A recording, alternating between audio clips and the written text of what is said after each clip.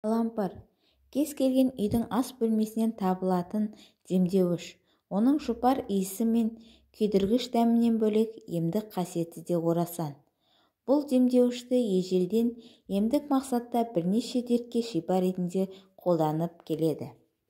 Видеоны соңына дейін қарамас бұрын арнама тіркеліп, лайк басып, комментарий жазып, қолдау көрсетулеріңізді өтінемін. Қалампыр А, С, Е, К, В тобының дәрумендерге бай.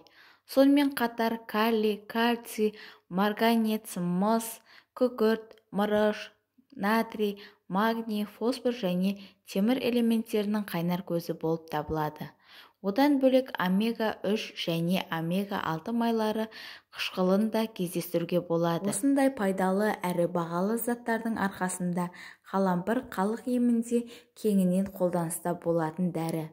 Халықтың емінде тұнба қайнатпа ретінде қолданылады. Тұнба үшін бір десерт қасық қалампырды 1 литр қайнаған суға салып, тұндырып қоясыз. Шамамен жарты сағат өткен соң тұнбаны сүзіп алып, ем ретінде қолдануға болады. Қайнатпа үшін 1 шай қасық қалампырды 1 литр суға салып, отқа қоясыз.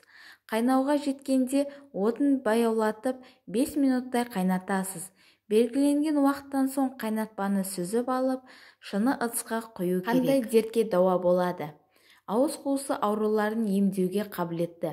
Нақтырақ айтқанда, ауыз уланғанда, кариес түскенде, ауыздан жағымсыз иіс шыға бастағанда қалампырдың көмегіне жүгініңіз.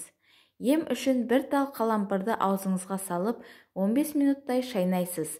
Емді 2-3 рет қайталаған соң-ақ оң нәтиже береді.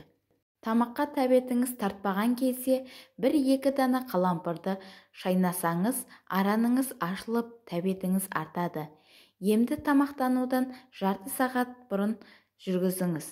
Қан қысымыңыз түсіп кетсе, аузыңызға дереу қалампырды салыңыз.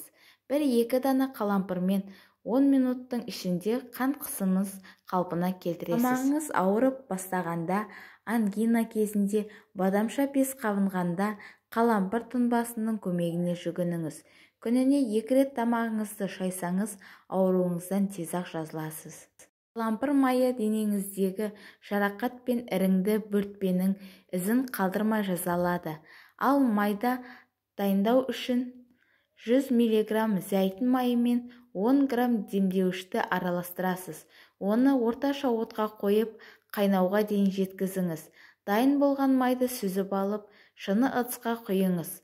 Емдік майды мейлінше тоңазытқышта сақтағаныңыз дұрыс. Буын ауруларында қалампыр майымен емдеуге болады. Алдымен майды қыздырып аласыз. Сосын ауырған орынға сіңіріп жағыңыз. Сыртынан жылы орап 5-10 минуттай тынығып жатуы керек.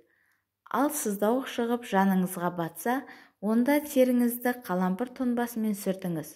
Бұл дәріханадағы қымбат дәрілерден қайда пайдалы әрі тез нәтиже береді. Қан диабетімен ауырғандарға қалампыр тұнбасын ішуге кеңес береміз. Бұл да өз кезегінде дертіңізге дауа болып, саулығыңызды сақтай алады. Қалампырдың құрттан да құтқаратын қасиеті бар.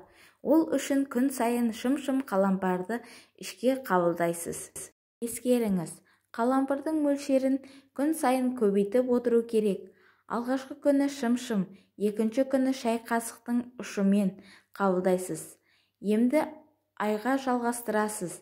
1 айға дейін ас қасыққа жеткізуі керек. Ақпарат көңілдеріңізден шығып жатса, қолдау білдіріп, арнама тіркеліп, лайк басып, комментарий жаза кетіңіздер. Қолдау білдіргендеріңіз үшін алғысымды білдіремін.